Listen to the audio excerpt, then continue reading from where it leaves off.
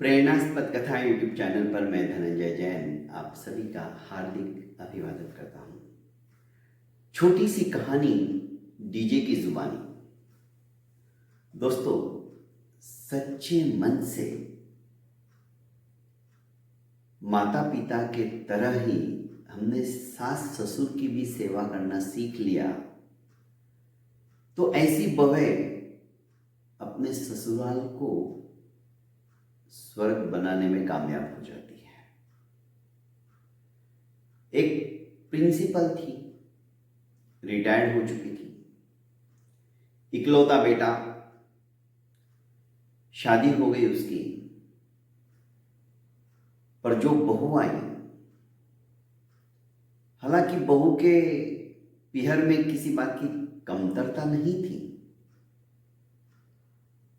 बड़े नाजों से उसे पाला गया था, पर जब व्यक्ति के अंदर स्वार्थ की भावना आ जाती है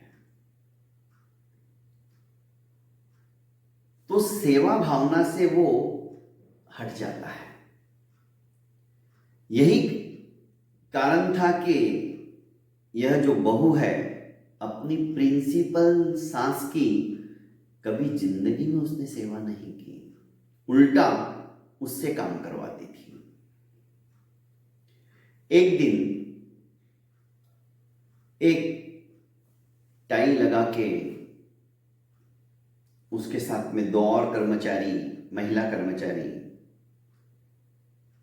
एक यंग लड़की जो करीब होगी 32 साल की, वो आती है और डोर बेल बजाती है। बहू दरवाजा खोलती है। इसके हाथ में रजिस्टर और कुछ सरकारी दस्तावेज की तरह दिखने वाले कागजात थे। स्मार्ट लड़की थी।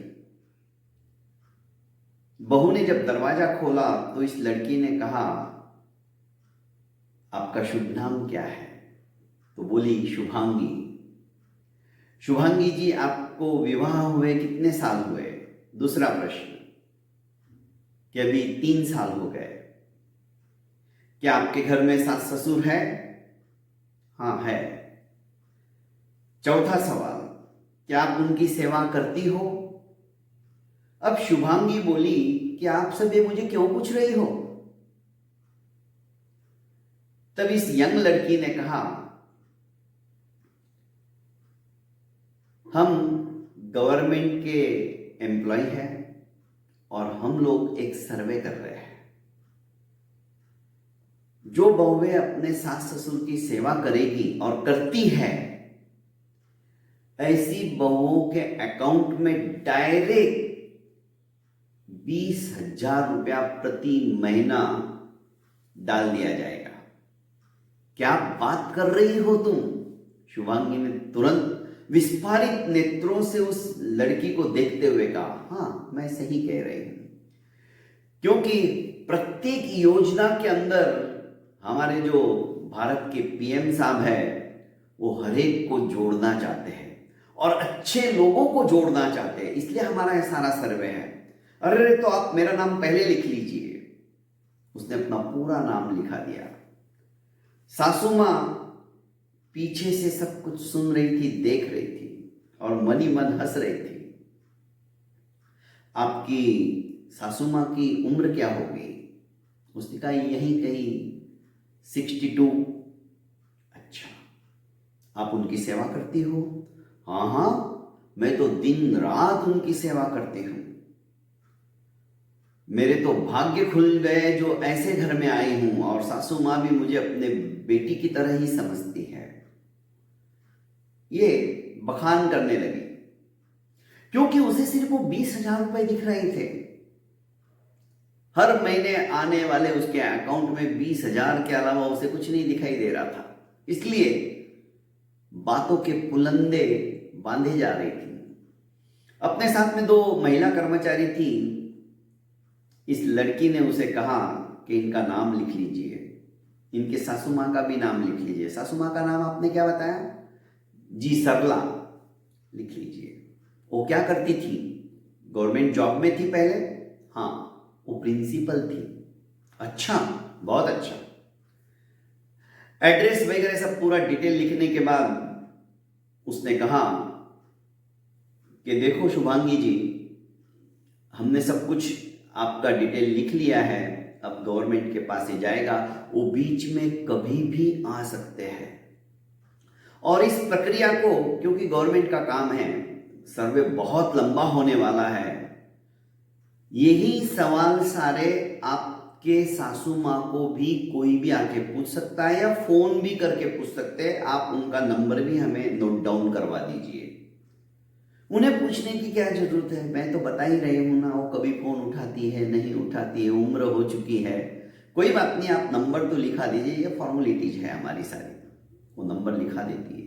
पर हाँ, क्रॉस क्वेश्चन भी किए जाएंगे। यदि आपकी सासू माँ ने ये सब कुछ नहीं बताया तो आपके अकाउंट में वो 20,000 नहीं आएंगे। वो बोले ठीक है, आप पूछ सकते हो। सब कुछ डिटेल लिखकर यह महिला अपने कर्मचारियों के साथ वहां से रवाना हो जाती है लड़की। अब ये शुभांगी घर में आती है, सासू माँ सोफे पे जाके बैठ जाती है। आते ही सोफे पे सासू माँ के पैर दबाने लगती है।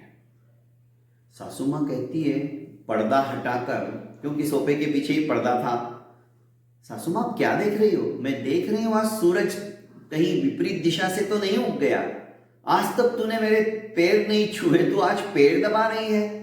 अरे सासू माँ जाने भी दो ना, मुझे अक्ल आ गई है। अब घर में जो भी बड़े बुजुर्ग रहते उनकी सेवा करनी चाहिए, जो सेवा करता है उसी को तो मेवा मिलता है।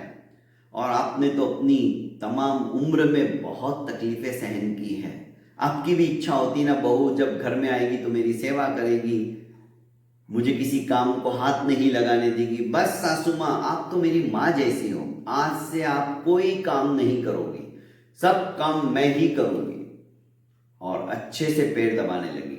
सासू माँ ने कहा थोड़ा ऊपर की साइड भी दबाओ, घुटने के नीचे बहुत ज्यादा पेन हो रहा है, क्योंकि मेरा नी भी अभी काम नहीं करने लगा है, बुढ़ापा आ गया है और बड़ा अच्छा लग रहा है आज तुम सेवा कर रहे। नहीं माँ, अब मैं रोज सेवा करूंगी आपकी। और हाँ, एक बात बताना भूल गई माँ, आजकल है ना गवर्नमेंट की अलग अलग स्कीम चल रही है, उस स्कीम के अंतर्गत सर्वे किया जा रहा है हर घर के सदस्यों का। यदि बहुएं अपनी सासू की सेवा करती पाई गई या उनको सासू माँ ने फोन करके बताया कि हाँ मेरी बहू मेरी सेवा करती, तो डायरेक्ट उसके अकाउंट में 20,000 रुपया आएगा। अच्छा, तो तू इसलिए सेवा कर रही है क्या? नहीं नहीं सासू माँ, मैं तो रोज ही करूंगी अभी, पर यदि बाई चांस आपको फोन आया तो आप ऐसा ही कहना, और सपोज मैंने ऐसा नहीं कहा तो? सासू माँ हंसने लगी। नहीं नहीं सासू माँ, आप ऐसा बिल्कुल मत कहना, वरना क्रॉस क्वेश्चन पूछने के चक्कर में आपके जवाब और मेरे जवाब दोनों अलग अलग हो गए तो हमें कभी भी हमारे खाते में पैसे नहीं आएंगे। और पैसा किसे नहीं चाहिए सासू माँ, आपको दवाई है, फ्रूट्स है, कुछ ना कुछ तो लाना ही पड़ेगा अभी रोज, तभी तो आप एकदम तंदुरुस्त रहोगी। उसने कहा बात तो सही है, तू चिंता मत कर, मुझे फोन आया ना तो मैं ऐसा ही कहूंगी। बहू खुश हो गई और अच्छे से सेवा करने लगी, अच्छे से ख्याल रखने लगी। 8 दिन के बाद यह प्रिंसिपल साहिबा सरला जी उद्यान के अंदर गई। उद्यान में वही लड़की जो गवर्नमेंट एम्प्लॉय बन के आई थी, सरला जी को देखकर उनका चरण स्पर्श किया और हाथ जोड़कर कहने लगी, प्रिंसिपल साहिबा कैसे हो आप? यह प्रिंसिपल साहिबा की स्टूडेंट थी और 1 महीने पहले ये दोनों मिले थे। तब प्रिंसिपल साहिबा सरला को जब इस लड़की ने पूछा था कि कैसी हो मैम, आप बहुत वीक हो चुकी हो, सब सही तो है ना, तबीयत तो आपकी हमेशा ठीक रहती है ना?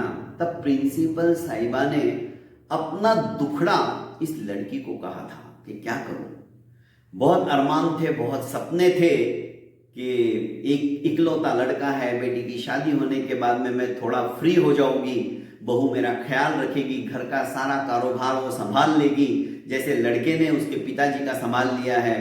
पर बहू तो मेरी बिल्कुल विपरीत निकली। इसे ये सब कहानी सुन के बड़ा दुख हुआ था और ये प्रिंसिपल साहिबा की वजह से ही टीचर तो जो ध्यान देते थे इस लड़की की तरफ वो देते थे, पर प्रिंसिपल साहिबा की एक लाडली शिष्या थी तो कहा कि मैम आप बिल्कुल चिंता मत कीजिए, मैं ऐसा कुछ उपाय करूंगी आपकी बहू आपकी तो सेवा ही करती रह जाएगी। और ये सारा खेल इस लड़की ने गवर्नमेंट एम्प्लॉय बनके आपके अकाउंट में 20,000 हर महीने आएंगे ये प्लान बनाया और ये प्लान उसने 100% सक्सेस करके दिखाया। जब उसने सब कुछ बताया तो सासू माँ बोली कि हाँ जब तू आई थी तो मैं सुन रही थी पीछे से और मैं तेरी आवाज भी पहचान गई, पर बेटा 1 डेढ़ 2 महीना 6 महीना ये खेल चलेगा, फिर आप चिंता मत करो। मैं उसे बोल के आया हूं कि ये प्रोसेस काफी लंबा भी चलता है, गवर्नमेंट का काम है ना, अब वो आपकी सेवा करती ही रहेगी और धीरे धीरे भगवान करे उसको सद्बुद्धि आए और वो सच्चे मन से सेवा करे, न कि पैसे के लालच और लोभ में आकर। दोस्तों ये कहानी एक शिक्षा देने वाली कहानी कि हम स्वार्थ के वशीभूत भी होकर करते हैं तो बुढ़ापा आसानी से कट जाता है, पर मैं चाहूंगा कि स्वार्थ नहीं परमार्थ को ध्यान रखो।